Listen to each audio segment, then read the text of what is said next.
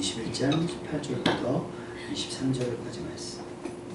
찾으셨으면 아멘. 아멘. 같이 큰 소리로 읽겠습니다.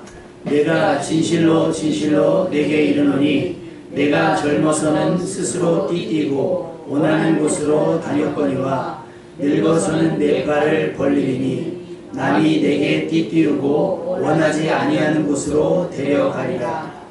이 말씀을 하심은 베드로가 어떠한 죽음으로 하나님께 영광을 돌릴 것을 가리키심이로라.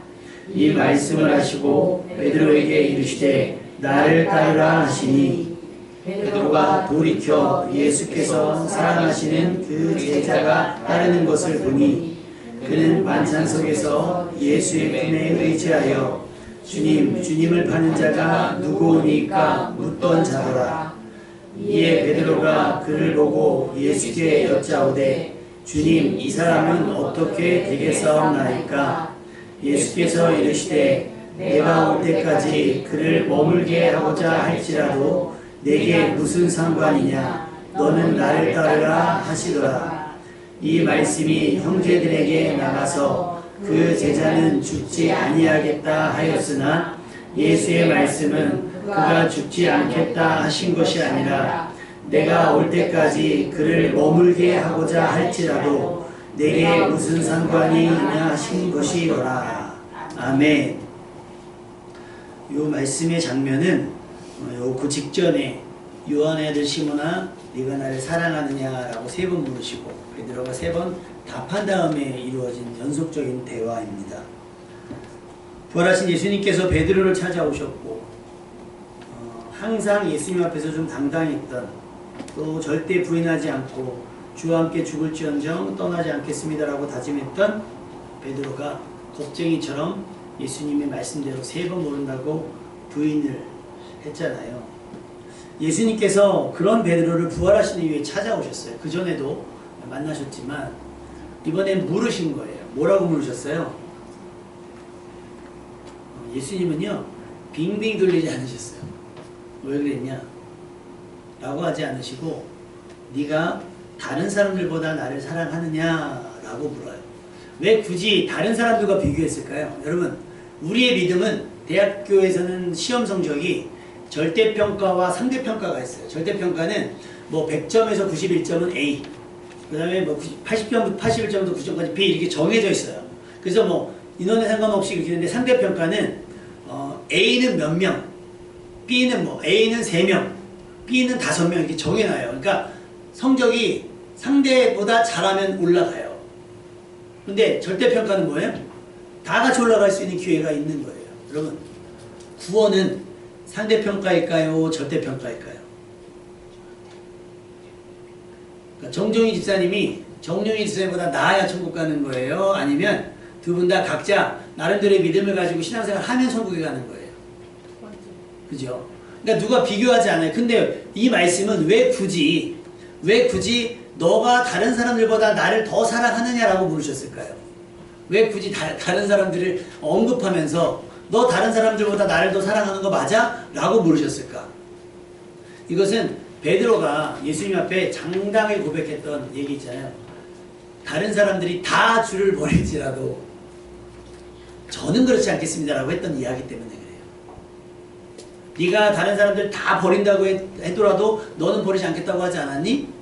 그럼 네가 얘기했던 나를 다 버릴 것던 그 사람들보다 네가 나를 사랑하는 건 맞니? 라고 물어보시는 거예요.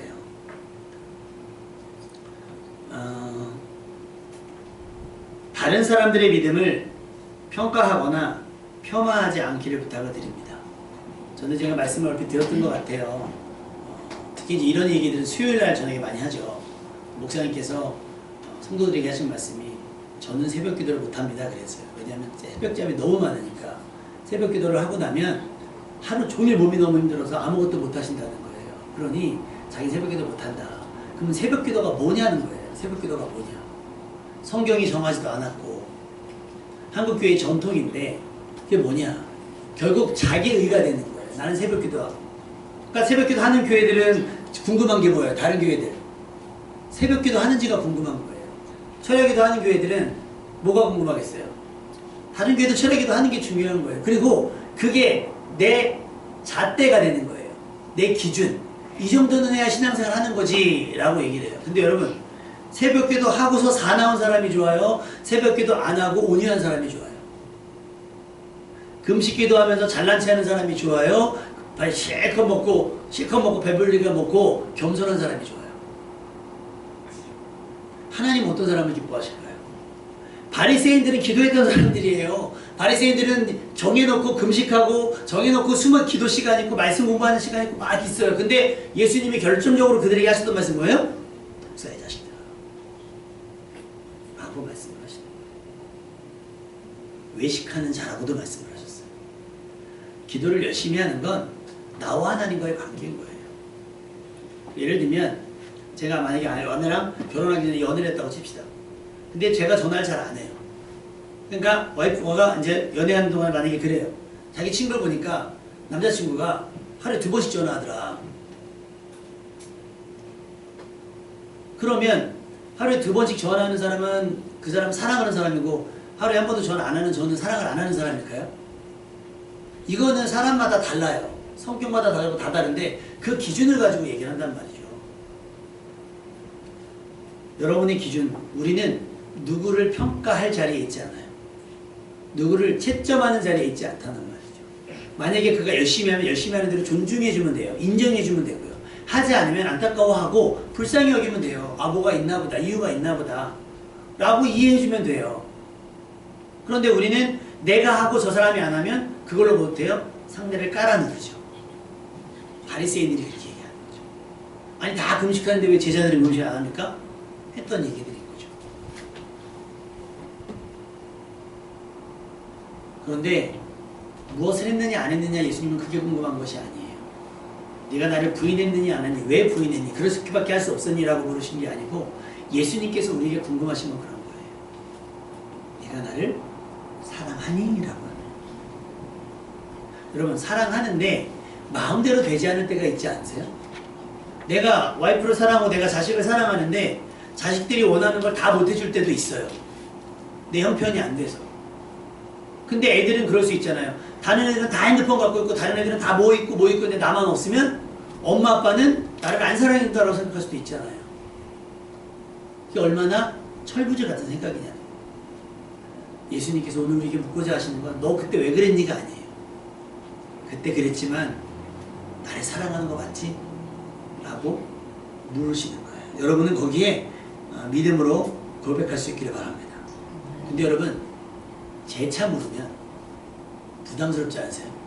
재차 물으면 네가 날 사랑하니? 아 내가 주를 사랑하는 주님께서 아십니다 그랬어요. 또 물어봐요. 네가 사랑하냐? 주님 그렇습니다. 내가 주님을 사랑하는 주님 아시지 않습니까? 이쯤에서 끝내도 예수님께서 너 나 사랑하니? 그러니까 성경은 뭐라고 기록되냐면 베드로가 근심해요. 근심하면서 내가 사랑한다고 하는데 이게 사랑이 아닌가? 헷갈리나? 이게 사랑 아닌가? 라고 얘기해요. 그러면서 고백합니다. 근심하여 이르되 주님 모든 것을 아시고 내가 왜 그랬는지도 아시고 그때는 나의 그게 진심이 아닌 것도 아시죠? 내가 주님을 사랑하는 줄 주님 아시잖아요. 라고 이야기를 합니다. 예수님께서 베드로의 대답에 이렇게 대답을 해주세요. 내 어린 양을 먹이라, 내 양을 치라, 내 양을 먹이라. 예수님은 베드로의 믿음, 베드로의 사랑을 진작에 알고 계셨습니다. 믿고 사랑하지만 두려움 때문에 어쩔 수 없었다는 것도 이미 다 알고 계셨다는 거예요. 이제 다시 베드로에게 해야 할 일을 가르쳐 주셨어요. 그리고 베드로에게 일어날 일에 대해서도 말씀해 주셨습니다. 그것이 오늘의 본문이에요. 18절 말씀을 한번 읽어보죠. 시작. 내가 진실로 내게 이르노니 내가 젊어서는 스스로 뛰고 원하는 곳으로 다녔거니와 늙어서는 내 팔을 벌리리니 남이 내게 뛰고 원하지 아니한 곳으로 데려가리라. 그동안 네가 젊고 또 에너지가 넘치고 막 활력이 있을 때는 네가 스스로 뛰어다는 건 일할 준비를 한다는 거거든요. 네가 마음대로 네가 원하는 것, 네가 하고 싶은 것, 네가 가고 싶은 곳 그렇게 갔었잖아. 근데 이후로는 네 팔을 벌릴 건데 남이 너를 띠띠우고 원하지 않는 곳으로 데려가게 될 거야 라고 말씀을 하시는 거예요. 그러면서 19절 말씀이 조금 의미심장합니다. 19절 말씀 시작. 이 말씀을 하시는 베드로가 어떠한 죽음으로 하나님께 영광을 돌릴 것을 가리키심이라. 여러분 베드로가 어떻게 죽을 것을 아셨어요. 그리고 그거에 대해서 이미 예고를 해주시는 건데 베드로의 죽음이 하나님께 어떻게 영광이 되더라고 좀 말씀하고 계시는 거예요. 베드로가 열심히 사역해서 부흥시키고 베드로가 열심히 해가지고 막 엄청난 성과를 나타내는 것이 하나님께 영광이 되는 게 아니라 베드로가 어떠한 지금 팔을 벌려서 십자가에 거꾸로 죽거든요. 베드로가 십자가에 거꾸로 내가 어떻게 예수님하고 같은 모양으로 죽을 수 있느냐 나는 그럴 수 없다 그래서 거꾸로 십자가에 달려 죽었다고 얘기가 나오는데 그의 죽음이 하나님께 영광을 돌렸다는 거예요. 돌리게 될 것이라고 말씀합니다. 그리고 나서 하시는 말씀이 뭐냐면 나를 따르라. 이게 나를 따라오너라가 맨 처음에 어디서 한 거예요? 물고기 잡을 때 나를 따라오너라 라고 했을 때 베드로가 그물을 버려두고 아버지를 버리고 나아가잖아요. 따라가요. 그리고 나서 3년이 지난 다음 또 다시 한번 맞아 하나님 예수님께서 그의 생에 사망의 음침한 골짜기로 나아갈 그를 부르시는 거예요. 나를 따르라. 베드로가 따라갔었죠. 근데 그냥 나간 게 아니라 그러려고 갔더니 예수님께서 사랑하시는 제자 항상 곁에 뒀던 제자가 있어요. 그 성경은 누구냐고 하면 요한. 근데 요한이 어떤 사람이냐면 야, 이 중에 누군가 나를 팔 거야. 그랬을 때 예수님 품에 안겨가지고 예수님 누가 팔아요? 제요 누가 예수님 팔까요? 라고 해맑게 질문했던 사람 요한입니다. 요한계시록을 쓴 사람 요한이 보이잖아요. 그러니까 베드로가 나는 그렇게 된다고 치고 그럼 물어봐요. 베드로가 그를 보고 예수님께 여쭤봅니다. 그럼 예수님 이 사람은 어떻게 돼요? 그럼 예수님은 요한에 대해서도 알고 계실까요? 모르고 계실까요? 알고 계세요. 근데 뭐라고 말씀하세요? 따라합시다. 네가 무슨 상관이냐? 애들 말로 뭔 상관이고 너는 너고 걔는 걔요. 라고 말씀하세요. 너는 팔을 벌리게 되고 어떠한 중불하는 영광을 돌릴 것을 말씀을 해주셨는데 베드로 입장에서는 그럴 수 있잖아요. 같은 제자고 또 베드로, 야고보, 요한은 항상 예수님 옆에 있었던 사람들이니까 궁금할 수 있지만 상관하지 말아라 라고 말씀하십니다. 이것을 교회에 빗대어 설명을 드리려고 해요. 많은 교회들이 있어요. 어떤 교회는 막 방방 뛰면서 예배드리는 교회가 있고 어떤 교회는 조용히 드럼, 기타도 못 치게 하는 교회들도 있고요. 어떤 교회는 설교가 1시간 반인 교회가 있고요. 어떤 교회는 설교가 짧은 교회들도 있고요.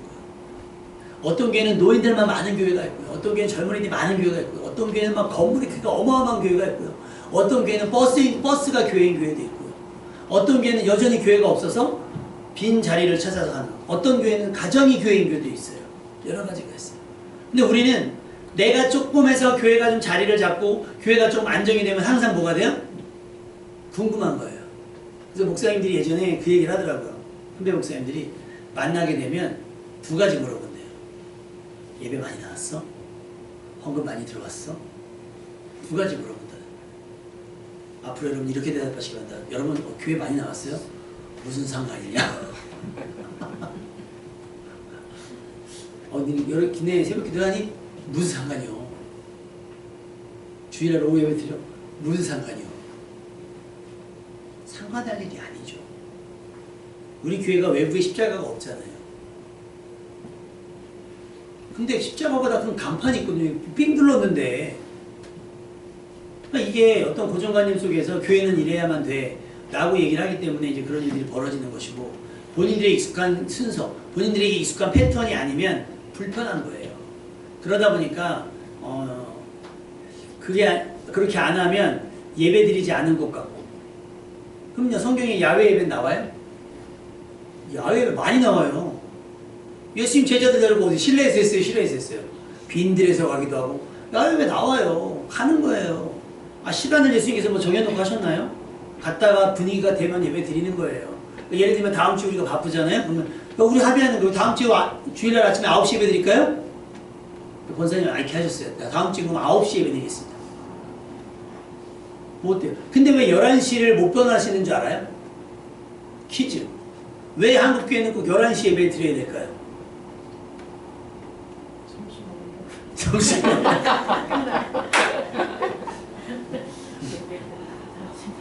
오늘은 막 우리 권사님하고 사모님이 고민이 엄청 많으셨어요. 그래도 교회 생일인데 교회가 13년 된 특별한 걸 해야 되는데 하필이면 한 주 땡겨가지고 지난주에 특식을 했잖아요. 그리고 다다음 주에 또 우리 선교사님 오시면 그때 또 그냥 대충 먹을 수 없으니까 조금 이제 먹어야 되니까 막 고민을 하는데 막 하다가 기본으로 갔다가 다시 조금 보탰다가 막 돼요. 지금 점점 막 손이 커지고 있어요. 난리가 났어요. 난리가 났어요. 맞아요. 먹는 거 중요하죠. 먹고 살자고 하는 건데 먹는 게 중요해요. 근데 대부분의 교회가 11시 예배 드리는 이유는 혹시 누가 올지 몰라서. 다른 교회 다니는 사람들이 11시 예배에 익숙하니까 혹시 늦으면 우리 교회도 몇 번 그런 분들이 있었는데 그러니까 11시에 와보는 거예요. 보통적으로 11시에 드리니까. 근데 만약에 우리 교회가 9시 예배 드리고 가버려봐요. 어떻게 돼요? 그런 거예요. 혹시 누가 올지 몰라서. 여러분 혹시 누가 올지 몰라서에 연연하는 교회가 되지 않았으면 좋겠습니다. 아멘? 우리 수요일날 오셨던 분들은 아멘을 크게 하셔야 되는 거 아니에요? 연습했는데? 자, 해볼까요? 할렐루야. 아멘. 네. 우리는 누가 오면 좋죠. 근데 그것 때문에 우리의 처지와 형편과 상황이 맞지 않게 막 다른 교회가 하는 것을 따라가는 게 아니에요. 거긴 그대로 자신들의 형편대로 그대로 가는 거고 우리는 우리 식대로 우리는 물된 농산교회식으로 아멘? 그렇게 나아가는 거예요. 상관하지 마요. 그들이 어떻게 하든지 뭐라고 하는지 여러분 주눅 들을 필요도 없어요. 출애굽 역사를 보면 하나님께서 이스라엘과 함께 했잖아요. 그 강력한 애굽도 완전히 초토화시켜놓고 군인들 다 홍해에 수장시키고 이스라엘을 탈출시키신 게 우리 하나님이세요. 그런데 모압과 싸우지 말라고 그러고 암몬하고도 싸우지 말라고 그러고 저 다 싸우지 말라고 하세요. 이기지 못해서가 아니에요. 하나님께서 교회를 짓기만 하면 세우기만 하면 부흥시키는 거 일도 아니에요. 그런데 하나님의 뜻과 계획 속에서 어떤 교회는 크고요. 어떤 교회는 작아요. 조화를 위해서 일관성 있게 하나님께서 딱 그렇게 하지 않는단 말이에요. 어떤 사람은 크고 어떤 사람은 작아요. 어느 유튜브에서 외소증이라고 하는 질병을 있는 분들 있죠. 소위 말해서 난장이 외소증에 있는 분이 나와서 그 스피치를 하는데 너무 잘하는 거예요. 너무 잘하는 거예요. 뭐라고 얘기하냐면 우리 아빠 운동 엄청 잘한다는 거예요. 우리 엄마도 키도 크고 예뻤다는 거예요. 나 같은 게 나올 거라는 건 아무도 생각을 못 했다는 거예요. 훌륭한 럭비 선수가 나올 줄 알았다는, 미식축구 선수가 나올 줄 알았는데 미식축구 공 같은 자기가 태어났다는 거예요. 아무도 모르는 거죠. 근데 아빠가 그랬다는 거예요. 너 앞으로 세상을 살아가면 수많은 놀림에 직면하게 될 것이다 라고 얘기했대요. 그렇잖아요. 작으니까 아이들은 궁금하니까 물어볼 테고 조금 저기 한 애들은 막 얘기할 거 아니에요. 그래서 아빠가 무슨 방법을 했냐면 아빠가 먼저 자기를 괴롭히기 시작했대요. 막 놀리고 괴롭히고 하겠다는 거예요. 그러면서 키우는 거예요. 그 얘기는 뭐겠어요? 내 아들은 크든 작든 상관없이 뭐다? 내 아들이다. 제가 수요일마다 아르딤을 가면 많은 생각을 하게 돼요. 나라면 저렇게 할 수 있을까? 나라면 그 아이들을 키울 수 있을까? 나라면 그 아이들 저기 할 수 있을까? 그리고 지난번에 우리 금요일날도 아마 얘기했지만 우리 지난 주일날도 군필스님한테 여쭤봤잖아요. 나이가 다 성인인데 성인의 몫을 못해요. 장애가 있어서. 그렇다고 어떻게 해요? 수학 못한다고 뭐라 그럴 수도 없고 국어 못한다고 뭐라 할 수도 없고 돈 못 벌어온다고 뭐라 그럴 수도 없어요. 뭐기 때문에? 내 자녀예요. 근데 우리는 내 기준으로 생각을 하는 거예요. 내 기준으로 생각을 해서 남을 폄하하고 나를 평가하고 남을 비하해요. 비교하면서. 우리가 막 가끔 그러잖아요. 인터넷 비교하면 사용하세요. 그래서 여기다 하면 얼마 주고 여기다 하면 얼마 주고. 그러니까 마치 우리 교회는 몇 평이고요. 건물은 몇 평이고요. 몇 명이 모여요가 자랑이 돼요. 근데 사도 바울은 뭘 자랑했죠? 나의 약함과 십자가밖에 예수 그리스도밖에 자랑할 것이 없다는데 우리는 뭘? 교세를 자랑하고 예산을 자랑하고 막 그런 걸 자랑을 해요. 그거는 세상 사람들이 하는 자랑인 거잖아요. 교회는 달라야 되는 거예요. 성경은 얘기합니다. 두세 사람이 모인 곳에 내가 이미 그들 중에 있느니라. 물론 그렇다고 해서 계속 두세 사람만 모이면 안 되잖아요. 그 두세 사람이 20명, 30명 될 수 있기를 주님의 이름으로 축원합니다. 우리 교회도 한번 돌파해 봅시다. 지금 20명이 아슬아슬하거든요. 지금 우리 지인이는 저기 이사를 가가지고 학교 앞으로 이사를 가가지고 뭐 안 오고 있어요. 집을 안 오고 있어요. 아주 그냥 자유를 만끽을 하고 있어요. 좀만 더 기다려보세요. 가서 고생하보면 이제 천부여 의지 없어서 이제 손들고 부모님 집에 와요. 방학하면 오겠죠. 그러다 보니까 이제 한돌 여러분 생각할 때마다 기도해 주시고, 어쨌든 여기서 그냥 이거 그냥 여기도 좋다, 이것이 좋사오니 하시면 안 되고, 하나님 여기에 조금 더 힘을 낼 수 있는 인원이 붙여질 수 있도록 은사 있는 사람, 드럼 치는 사람을 보내주시고, 기타 치는 사람을 보내주시고, 노래하는 사람을 보내주시고, 그렇게 함께 하시는 사람 보내려고 기도하는 게 좋아요. 두세 사람에 만족하시면 안 되고. 그건 어쩔 수 없는 상황 속에서 두세 사람밖에, 아까 우리 찬양 가운데 나왔잖아요. 여기 한 개척교회 목사님의 일대의 이야기인데, 예배 드릴 때 몇 명 앉아있어요? 사모님하고 딸 앉아있잖아요. 그렇게 예배 드리다가 나중에 어떻게 됐어요? 전도하고 외국인 선교하고 전도하다가 마지막에 돌아가신 거 아니에요? 근데 예수님이 어떻게 했어요? 놀러와봐. 계산기 뜯어주고서 너 목회한 지 몇 년 됐어? 너 그러라고 내가 너 신학시키고 그랬냐? 그렇게 안 하신단 말이에요. 수고했어 라고 말씀하시는 거예요. 수고했어. 그래서 제가 주보에도 기록하고 어제 공지에도 말씀드렸지만 13년 동안에 많은 은혜가 있었어요. 많은 은혜가 있었고 많은 기적과 같은 은혜들도 있었고 기가 막힌 은혜들이 있었는데, 제가 느끼기에 가장 기가 막힌 은혜, 가장 큰 은혜 뭐냐면 오늘 이곳에서 함께 예배하는 여러분입니다. 아멘? 사도 바울이 얘기했던 것처럼 나의 상급이 무엇이냐? 너희가 아니냐라고 했겠지만 저에게 가장 큰 은혜는, 우리 물랜동산교회의 가장 큰 은혜는 바로 여러분들입니다. 아멘? 바꿀 것도 없어요. 바꿀 것도 없어요. 근데 우리 안수 집사님이랑 탑부고 가시는 안수 집사님이랑 식사하면서 얘기하는데 자기 장모님 얘기를 하시더라고요. 충성됐대요. 거의 담임 목사님을 신처럼 따른대. 신처럼. 그냥 뭐 성지순례 간다 그러면 비행기 비용부터 하자 용돈까지 다 드리고요. 생활비부터 뭐 사택 가셔야 된다, 보증금부터 다 하신다, 뭐 다 그렇게 살아가신다는 것 같아요. 목사님 우리 장모님 같은 분 만나셔야 되는데 피곤할 것 같은데요. 피곤할 것 같은데. 그러면서 너무 웃긴 게 일이 있어서 어떤 상황 때문에 교회를 옮기셨대요. 그래서 여기서도 그때 목사님 섬기듯이 막 섬기더라는 거예요. 섬기신대요, 지금도. 근데 그러면서 이쪽에 있는 성도들을 하나씩 옮겨가고 있대요, 지금. 그래서 막 웃으면서, 야. 근데 그게 안수 집사님이 이야기하는 거 괜찮은 게, 그 교회는 부교육자가 계속 어느 정도 교회가 성장하면 부교육자 교회를 떼줘요. 그러니까 교회 옮기는 거에 대해서 큰 저기가 없어요. 아까 우리 장로님 기도하셨지만 교회 옮기는 게 죄는 아니에요. 교회를 떠나서 세상으로 가면 문제인데, 우리 교회를 옮겨서 뭐 양일교회를 가든 양문교회를 가든 뭐 무슨 순복음교회를 가든 그거는 하나님 입장에서 뭐예요? 그냥 이사하면 이사. 그러니까 우리는 좀 서운할 수 있죠. 속상할 수 있지만 그걸 속상해할 필요는 없어요. 그러니까 우리가 생각하는 교회는 많이 그런 게 있지만 하나님 입장에서는 교회는 교회다. 그래서 제가 어느 목사님이라고 얘기하면 그 얘기를 많이 해요. 자녀들이 있는데 큰애가 잘 살고 작은애가 못 살아요. 힘들어요. 그러면 부모는 어떤 생각을 갖고 있을까요? 좀 큰애가 좀 작은애를 좀 도와줬으면 좋겠다는 생각 하지 않을까요? 그리고 큰애는 마땅하게 작은 동생을 어떻게 해요? 도울 마음이 있는 게 당연한 거 아니겠어요? 그게 그 큰애가 아니고 작은애가 오히려 잘 됐어요. 큰 언니가 뭐 어려워, 큰 형이 어려워. 그럼 어떻게 해요? 동생이라도 돕는 게 당연한 거예요. 하나님께서 교회를 바라보는 입장이 그런 거예요. 그러면 뭐가 하나님께 영광이 될까? 베드로는 어떤 게 영광이 된다 그랬어요? 어떠한 죽음으로 하나님께 영광을 돌릴지 아신다를 그랬잖아요. 죽음이 영광됐다는 거예요. 그러면 부흥이 영광될까요? 하나님 앞에? 우리는 그렇게 생각하세요. 아니요. 하나님께서 우리에게 기대하시는 건 따라합시다. 하나님이 우리에게 기대하시는 것은 부흥이 아니라 거룩이다. 거룩이에요. 구별된 삶을 살아가는 거. 성도들이 몇 명이 모였다가 아니라, 우리 교회는 몇 평이다가 아니라 너는 거룩했니 너는 구별됐니예요. 지금 교회들마다 말이 얼마나 많아요. 교회들마다 말이 얼마나 많습니까? 이 나라가 이 지경 된데 교회 역할이 커요.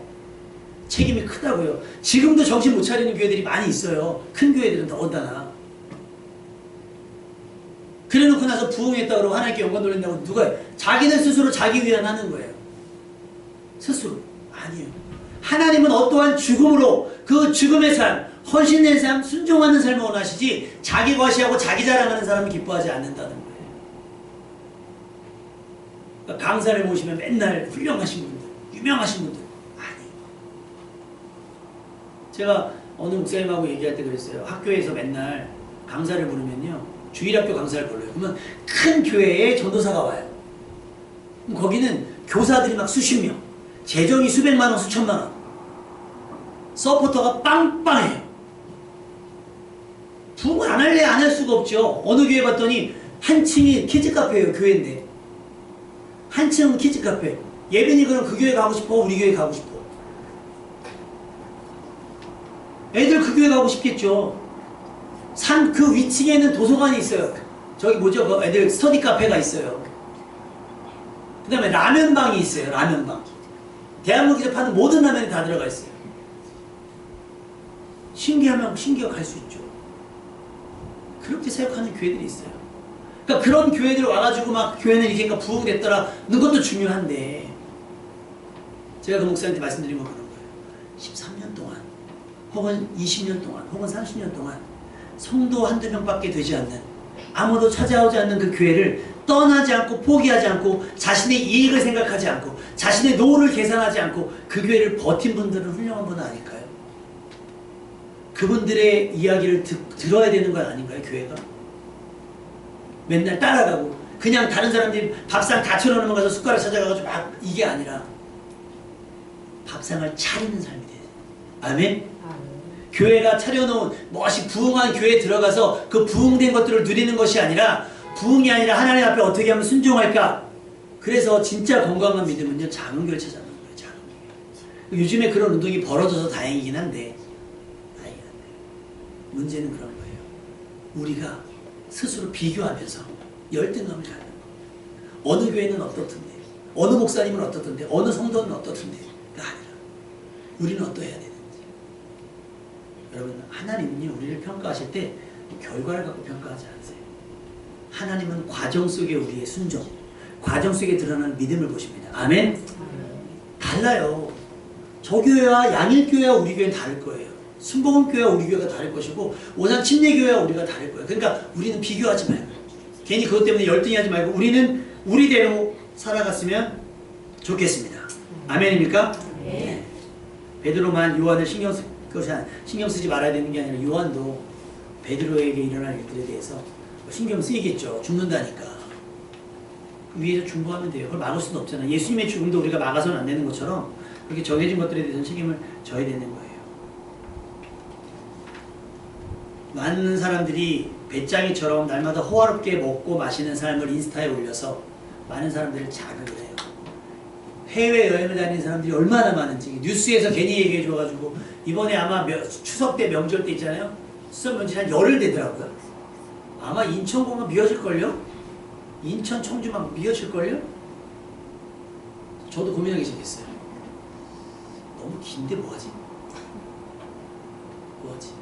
자꾸 누군가는 갔다 와서 갔다 온 이야기를 하고, 그래서 유치원이나 어린이집에서 제일 나쁜 질문이 방학 때나 뭐 연휴 때 갔다 오면 방학 동안에 뭐 했어? 라고 묻는 것이 가장 신뢰된대요. 아이들 정서에 가장 안 좋대요. 왜? 해외를 갔다 온 아이들도 있고, 저희 지금도 있지 못해. 우리 하연이가 유치원 갔다가 막 너무 신기할 것 같아요. 아빠, 겨울인데요. 겨울방학 끝나고 왔는데 겨울인데 여름나라가 있대요. 가서 수영한 애가 와갖고 얘기를 했나 봐요. 그래, 갔다 와서 우리 뭐 비행기도 그때 한 번도 안 타봤으니까 그 얘기를 하는 거예요. 그러면 부모로서 미안하잖아요. 미안하잖아요. 그런 거. 근데 우리는 그거에 대해서 죄책감을 갖거나, 그것 때문에 열등감을 갖거나, 그것 때문에 우울할 필요가 없다는 거예요. 잠언에 보면 네 동물이 나와요. 잠언서 30장에 땅에 작고도 가장 지혜로운 것 넷이 있으니, 곧 힘이 없는 종류로 돼 먹을 것을 여름에 준비하는 개미와, 약한 종류로 돼 집을 바위 사이에 짓는 사반과, 임금이 없을 때 닷대를 지어 당하는 메뚜기와, 손에 잡힐만 하여도 왕궁에 있는 도마뱀이니라. 최하층, 생태계의 최하. 그런데 이들이 생존하는 방법, 개미는 어떻게 해요? 여름에 겨울을 준비하는 지혜로움이 있는 거예요. 사반은 어떻게 해요? 자기가 스스로를 지킬 수 없으니까 바위 옆에 집을 지어서 자신을 지키는 지혜로움이 있는 거예요. 임금이 없어요. 메뚜기는. 리더가 없어요. 근데 때를 지어다니면서 질서 있게 나름대로 움직이잖아요. 마지막으로 도마뱀에 뭐가 있어요? 없어요. 근데 여러분 호텔에도 가끔 도마뱀이 나타나잖아요. 경비가 상하면 왕궁 들어갈 수 있다는 거예요. 약하고 작고 힘이 없어도 할 수 있는 일들이 있습니다. 아멘? 우리는 그것을 하면 돼요. 그래서 우리가 6월 첫 주를 원래 이상원 선교사님을 오늘 모시기로 했었는데 일정상 6월달에 오신다고 해서 6월에 이제 뵙기로 했거든요. 그래서 6월 첫 주에 오시기로 했고 점심 식사까지 하실 수 있다고 말씀을 하셔서 하는데 사실 강사님을 모시면 강사비를 지불을 해야 돼요. 미리 말씀드리면 제가 뭐 코로나 이전에 사역을 나가면 한 타임 하면 적게는 20만 원에서 30만 원씩 받아요. 하루 설교하면. 사실 작은 교회에서 부르기는 어렵거든요. 모시기는 어려워요. 근데 오셔서 뭐 우리가 작게 이렇게 헌금하잖아요. 그것 때문에 와서 선교 보고도 하시고 하신다고 말씀하셨는데 불사 조교인 선교사님이 나동이 선교사님이잖아요. 6월달에 한국으로 오신다. 꼭 뵙기를 원한다고 제가 답장을 안 했어요. 한 달에 2번 하기는 교회가 근데 모시면 참 좋긴 할 것 같긴 한데 한번 중간에 제가 한번 중간에 계신 목사님한테 한번 여쭤봐서 일정이 되나 우리 교회가 그래서 송아지 받아놓고 그 소개해준 목사님이 깜짝 놀랐대요. 그러니까 그 선교사님이 우리가 송아지 헌금을 보낸 걸 보고 소개해준 목사님한테 연락을 했대요. 큰일 났다고. 물레동산교회에서 3마리나 보낸다고. 어떻게 된 거냐고. 교회 괜찮냐고. 깜짝 놀랐대요. 깜짝 놀랐대요. 우리가 할 수 있는. 그 다음에 여러분 제가 복원할 때마다 감사한 게 장학헌금이 매주 올라와요. 우리 예빈이도 막 장학헌금 보내고 올리고 막 하잖아요. 막 이렇게 보내요. 그러면 우리 올해는 2명 하지만 조금 더 여유가 되면 내년에는 1명 더 붙여서 3명 할 수도 있겠고 점점 늘어나면 땅끝까지 우리가 필리핀을 어떻게 합니까? 다른 교회는 교회를 세우지만 우리 어떻게 해요? 사람을 세우잖아요. 근데 성경은 뭐라고 얘기해요? 너희가 하나님의 성전인 것과 하나님의 성령이 너희 안에 거하는 걸 알지 못하느냐? 여러분 교회는 건물이 아니라 사람입니다. 아멘? 우리는 그 교회되는 사람을 키워내고 있는 거예요. 우리가 할 수 있는 거. 큰 건물을 짓는 것은 아닐지라도 그랬으면 좋겠습니다. 작아도 할 수 있는 일이 있고 작아도 잘할 수 있는 것이 있어요. 골리앗을 이긴 게 장수가 아니라 뭐였어요? 목도 양을 치던 다윗이었다는 걸 기억하시기를 부탁을 드립니다. 다윗이 들렀던 게 엄청난 무기가 아니었고 강가에 버려진 돌멩이였다는 걸 여러분이 기억하시면 될 거예요. 갈라디아서 1장 10절 이게 우리 교회의 고민이었으면 좋겠습니다. 내가 사람들에게 좋게 하랴 하나님께 좋게 하랴 사람들에게 기쁨을 구하랴 내가 지금까지 사람들의 기쁨을 구했다면 그리스도의 종이 아니니라. 교회는 사람들의 만족을 위해서 서비스하는 곳이 아니에요. 받은 바 은혜를 나누기 위해서 모이는 곳입니다. 아멘? 그런 교회 여러분과 함께 만들어 갔으면 좋겠습니다. 아까 말씀드렸지만 고린도서 3장 16절 너희는 너희가 하나님의 성전인 것과 하나님의 성령이 너희 안에 계시는 것을 알지 못하느니 여러분이 교회예요. 그리고 우리가 다시 교회로 모이는 것이고 그 모임을 위해서 이 공간이 필요한 거예요. 그러니까 이 공간 그럼에도 불구하고 우리가 여기를 또 꾸미면 더 많은 사람들이 올 수 있고 왔을 때 또 이렇게 편안함을 느낄 수 있으니 교회를 가꾸는 것도 또 중요한 일 중에 하나이기도 합니다. 두세 사람이 내 모인 곳에 나도 그들 중에 있느니라고 말씀을 하셨습니다. 교회는요 심고 물 주는 사람이 있어요. 우리 집사님 막 가위 막 자르시고 막 오시면 막 물 주시고 장로님 오시면 또 막 물 주시고 막 또 하고 막 해요. 막. 근데 성경은 뭐라고 했냐면 심고 물을 주거니와 자라게 하시는 것은 누구다? 하나님이에요. 우리가 모여서 예배하고 기도하고 찬양하지만 부흥케 하시는 이는 누구? 하나님. 근데 부흥하지 않고 그냥 그 부흥하지 않고 숫자가 많이 늘어나지 않고 건물이 커지지 않는 것 할지라도 하나님이 우리와 함께 하지 않는 것이 아니라 하나님이 우리 가운데 함께 계십니다. 아멘? 우리에게 원하시는 받으시고자 하는 영광이 있기 때문에 그래요. 그래서 고린도서 3장 6절 9절은 이렇게 얘기합니다. 심는 이와 물 주는 이는 한 가지이나 각각 자기가 일한 대로 자기의 상을 받으리라. 아멘? 크면 큰 대로 작으면 작은 대로 하나님께서 갚아주신 은혜가 있을 줄로 믿습니다. 로마서 12장 3절 내게 주신 은혜로 말미암아 너희 각 사람에게 말하노니 마땅히 생각할 그 이상의 생각을 품지 말고 오직 하나님께서 각 사람에게 나눠주신 믿음의 분량대로 할렐루야 지혜롭게 생각해요. 하나님 주신 믿음의 분량대로 우리가 할 수 있는 거 하면 돼요. 뭐 불의도끼 하는데 다른 게 100만 원 냈대 해서 100만 원 내는 게 아니라 우리가 10만 원 낼 수 있으면 10만 원 내는 거고 5만 원 낼 수 있으면 5만 원 내는 거고 헌금도 하는 거예요. 애들 오늘 나오다가 맞아 오늘 교회 생일이지 막 헌금 뭐 애들이 1,000원하고 2만원, 만원하고 2만원하고 3만원하고 얼마나 큽니까? 하나님이 돈이 없어서 돈을 받으시는 게 아니잖아요. 믿음의 분량대로 은혜의 분량대로 또 여러분의 재능대로 은사대로 그렇게 하나님 앞에 순정함으로 말미암아 부흥이라고 하는 결과 구원이라는 결과를 얻어내는 여러분 되시기를 주님의 이름으로 축원합니다. 상관하지 마세요. 비교하지도 마시고 우린 우리대로 따라합시다. 우리는 물된 영상교회다. 다른 교회가 어떻게 한다고 주지 뭐 다른 교회 제자 훈련한다고 주지 마시고 다른 교회 뭐 한다고 저기 하지 마시고 우리는 우리 교회가 할 수 있는 것 서로 하나님께 영광을 돌립니다. 베드로는 죽음으로 하나님께 영광을 돌린다고 했어요. 우리 교회는 우리 교회 모임으로 하나님께 영광을 돌릴 수 있는 그런 물된 등산 교회가 되기를 주님의 이름으로 축원합니다.